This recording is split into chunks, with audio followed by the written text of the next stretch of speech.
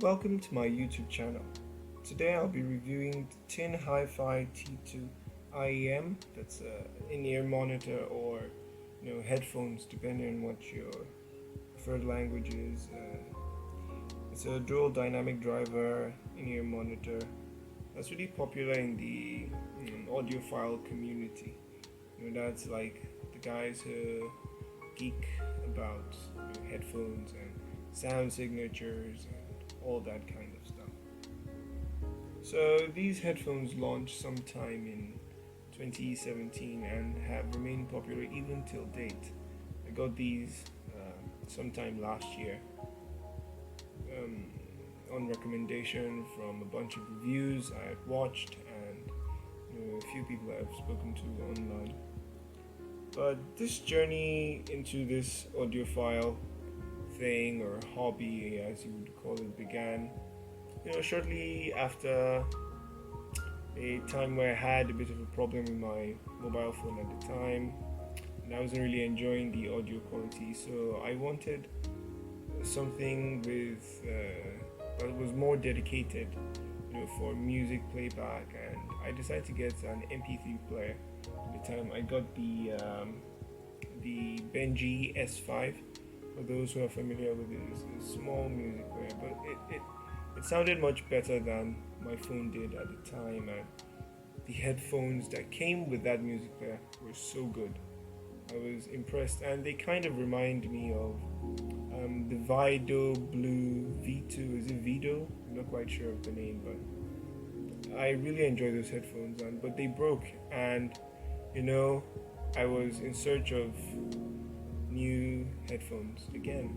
So I did some searching, and then I came across the OnePlus Bullets, I think, at the time, and I got those. They sounded good at the time, and then I had this interest, and then I got the Xiaomi Pro HD headphones, and those were really great at the time. I loved them, and just like that, moved on and on and on, and then I got myself these TinHiFi IEMs, and they're arguably one of my favorite in-ear monitors or headphones even till this moment.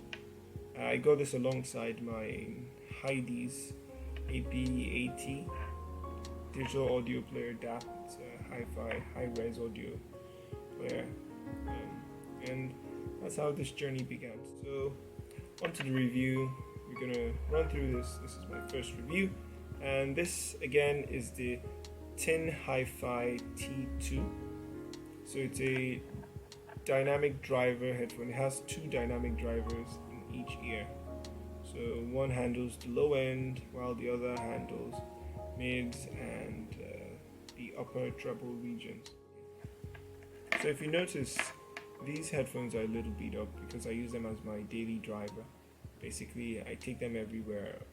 I read with them, I sleep with them, I do everything with them basically. So they do appear a little beat up, but they've been so faithful. The build quality on these is top notch. They feel very sturdy, very strong.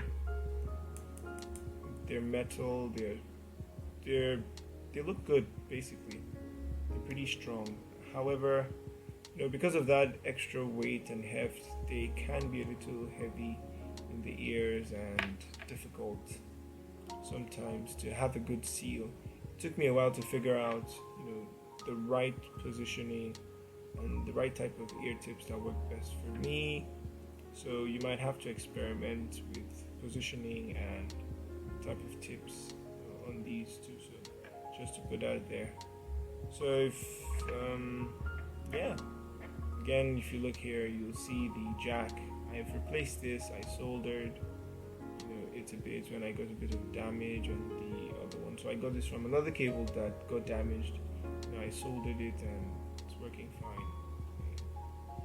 I did a bit of DIY on this anyways, but that's besides the point. Let's start with the bass response on this. Now the bass on these headphones, in-ear monitors, are what you would call, do I say neutralish, or very linear. They don't sound very thumping or heavy hitting. Basically, they're not for bass heads, and not anyone who's looking for something really pounding and hard hitting. However, these sound very articulate. They're clear, and they do not sound absent. They're actually rather present. I had an issue with this initially. The tips that came with these silicone tips. These aren't the tips that came with these, in-ear monitors at the time, but the tips that came with them didn't really do a good job.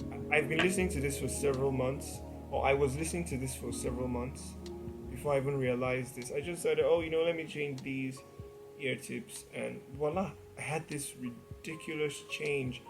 It was unbelievable. The bass response was much better, than it was before. The isolation was also drastically improved. These tips are from my old Xiaomi Pro HD in-ear monitors, and they work fantastically with these, at least for my ears. These are the larger ones. So the bass is clear, it's present, and it's clean. This is good for someone who just likes their music sounding as it should, really clear and neutral-ish. The mids on these are present but a teeny bit recessed.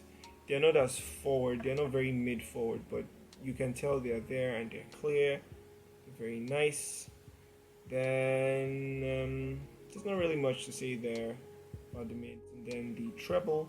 The treble is really where these headphones shine. You get to hear a lot of micro details in music. Essentially what that means is songs I used to listen to before I got these, I listened to them and they sounded good, but I listened to this and I could hear sounds I'd never heard before, details, instruments. It was just really fantastic. I could hear things I'd never heard before. Then it's a little sibilant on the treble side, so you need to take that into account. But for those who are not, treble sensitive and who don't mind a very strong, present treble, you'll enjoy the micro details, and this is fantastic for treble. The soundstage on these is sufficiently okay. It's average, it's fine, it's good. Sounds okay. Does the job. The separation, being able to identify the instruments distinctively, is really present. You can actually feel that when you're listening to these, and they sound, it's not muddied, it's not muddled up.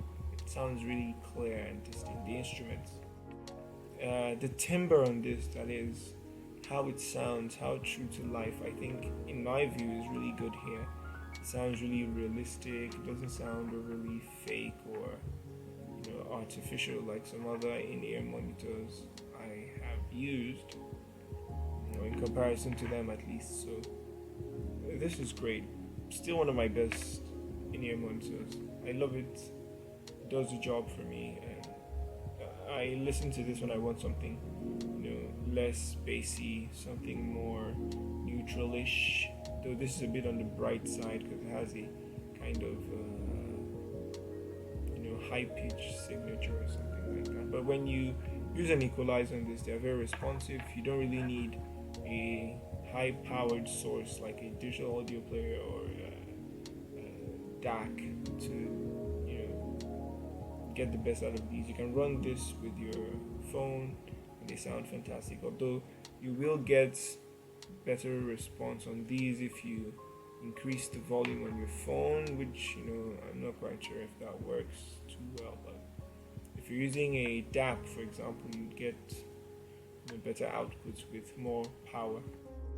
So overall, these are fantastic headphones that I would recommend, especially for beginner audiophiles like me, because I'm a beginner with this. And for anyone who just wants a good, clean, in-ear monitor headphones that you can use for music, gaming, recording, you can can monitor with these. They do not have a microphone, so with that in mind, and they're just good. They're good for music. So that's that about this review. They cost roughly, I think, $50, 40 something dollars. In Nigeria, that would be equal to like what? As of the time I got these, were like 13, 14,000 or thereabout. So, yeah, that's it about these. Great headphones. You should try them out if you haven't. You know, they work fine. So, on this channel, I'll be bringing you reviews of tech products and stuff that Nigerians don't really get access to. Lots of them don't really know a lot about these headphones. They just get generic stuff from their phones or whatever, and they're cool.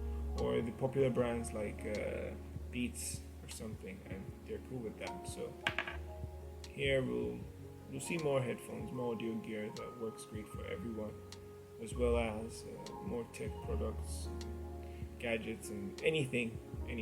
We'll review them. Thanks for watching, and till next time. Bye bye.